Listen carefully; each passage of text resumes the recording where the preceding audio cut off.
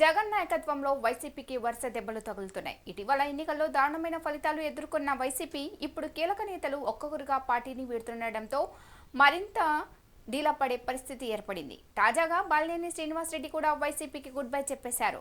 బాలినేని శ్రీనివాసరెడ్డి ఉమ్మడి ఏపీలో మంత్రిగా పనిచేశారు. ఆ తర్వాత కాంగ్రెస్ ను వీడి ఆయన వైసీపీలో చేరారు. 2014లో వైసీపీ తరపున పోటీ చేసి ఓటమి పాలయ్యారు.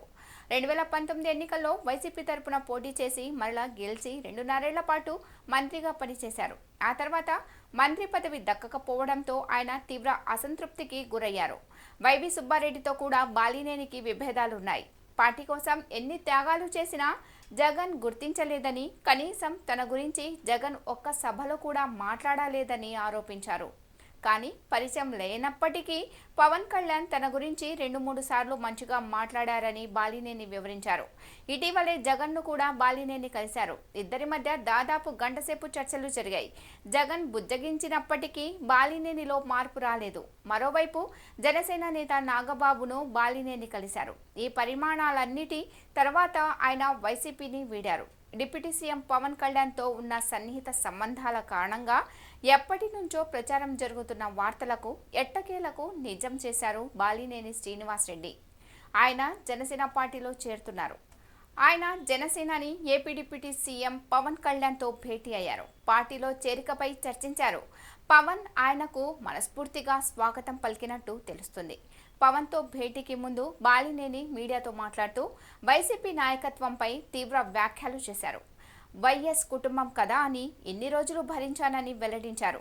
పార్టీ కోసం ఎన్ని త్యాగాలు చేసినా జగన్ గుర్తించలేదని, కనీసం తన గురించి ఒక్క సభలో కూడా మాట్లాడలేదని ఆరోపించారు.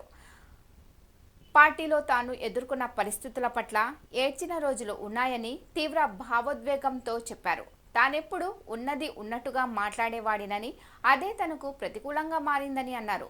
ప్రజల సమస్యల గురించి చెబితే జగన్కు నచ్చేది కాదని, ఓడినా కానీ జగన్లో మార్పు లేదని విమర్శించారు. తాను జగన్ను బ్లాక్మెయిల్ చేసినట్టు కొన్ని యూట్యూబ్ ఛానళ్లు రాశాయని ఆగ్రహం వ్యక్తం చేశారు. జగన్ను నమ్మి తాను ఆస్తులు పోగొట్టుకున్నానని బాలినేని వెల్లడించారు. గతంలో తనను ఎన్ని ఇబ్బందులు పెట్టినా వైసీపీని వీడలేదని చెప్పారు. ఇప్పుడు జనసేన పార్టీలోకి వెళ్తుంది అధికారం కోసం కాదని స్పష్టం చేశారు. తనకు పదవులు ముఖ్యం కాదని, ఆత్మాభిమానం ముఖ్యమని బాలినేని ఉద్ఘాటించారు. గతంలో మంత్రి పదవినే వదులుకున్నానని వెల్లడించారు. తాను ఎలాంటి షరతులు విధించకుండా జనసేన పార్టీలో చేరుతున్నానని, పవన్ కళ్యాణ్ ఏం చెబితే అది చేస్తానని చెప్పుకొచ్చారు. ఒంగోలులో భారీ సభ ఏర్పాటు చేసి జనసేన కండువా కప్పుకుంటానని వెల్లడించారు.